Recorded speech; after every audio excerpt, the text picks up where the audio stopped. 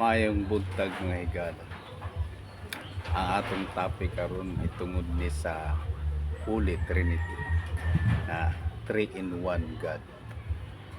So, mag-istorya sa Santa karon mga higala tungod sa Biblia. Kay dunay mga tao nanguta na pila kuno ka buok Dios. So ato ni siyang klarohon mga higala. Okay. Nga higala sa wala pa gibuhat sa Dios ang kalibutan,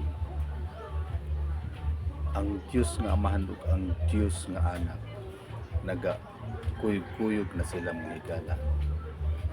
Nagkakuyog-kuyog saksi si Jesus Christ kung giunsa pagbuhat sa Dios amahan ang kalibutan.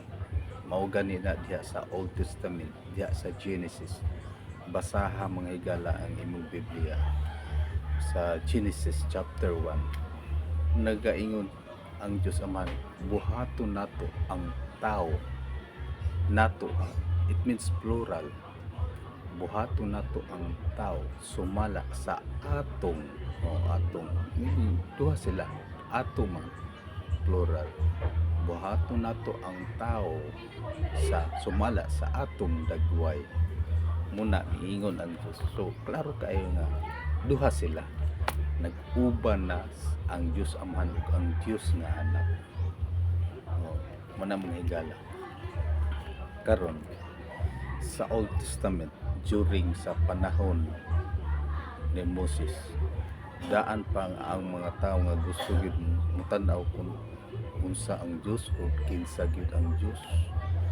Dili man ta pwede makakita mga higala sa Diyos kay mamatay man ta tungod sa kahuli sa Diyos ug ang tao makasasala.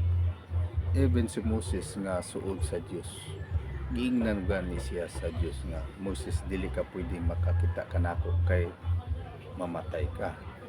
So ang Diyos nagpakita ni Moses diha lang, ang nakita ni Moses ang likuran lang sa Diyos kay nilabay man ang Diyos kaniya. So nakita ni Moses ang likuran sa Diyos ug nakita ni Moses ang himaya sa Diyos nga dili sila maka-explain mga higala. Dili siya maka-explain kung unsa ka harianon ang Diyos. Nakita niya sa likuran. Ingon ana ka powerful ang Diyos mga higala. Ingon ana ka misteryo ang Diyos Amahan. Sa padayon ta mga higala, sa panahon ni Moses ug ang uban nga mga prophet sa una, daan pa na ang mga tao gusto gyud matan-aw sa Dios. So arita sa New Testament. Sa New Testament nagaingon ang Dios diya sa John 3:16. Gihigugma nako ang kalibutan mo na nga iyang gipadala ang iyang bugtong anak nga si Jesus Christ aron paghatag nato og kaluwasan o kinabuhing dayon.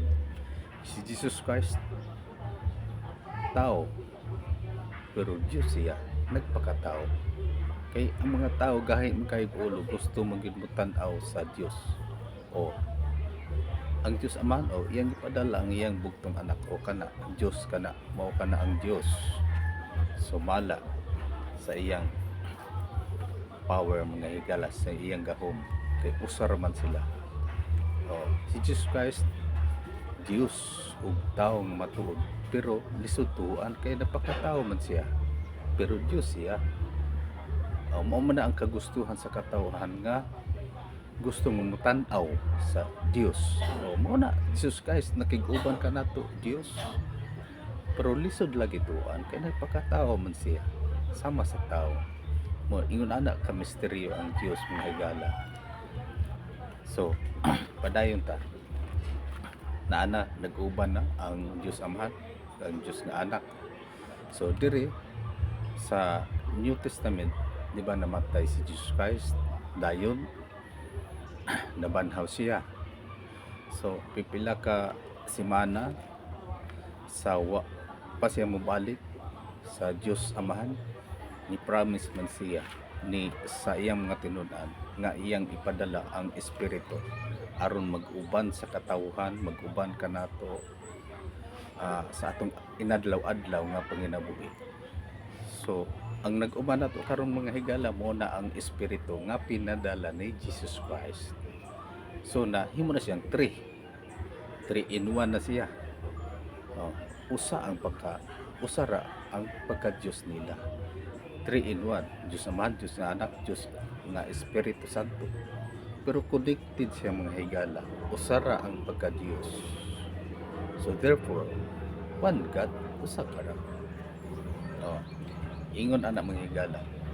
Kung unsa ang nakita sa Diyos nga Espiritu Santo, nakita usab na ni Jesus Christ ug sa Diyos nga Amahan kay sila man ang nagpadala sa Espiritu Santo aron makig-uban kanato mga higala. So I hope nga klaro na gyud na mga higala. So atangi ang sunod nako nga video nako, atangi sunod kay daghan pa tang pagaistoryahan diri mga higala may tungod sa kaharianon sa Dios.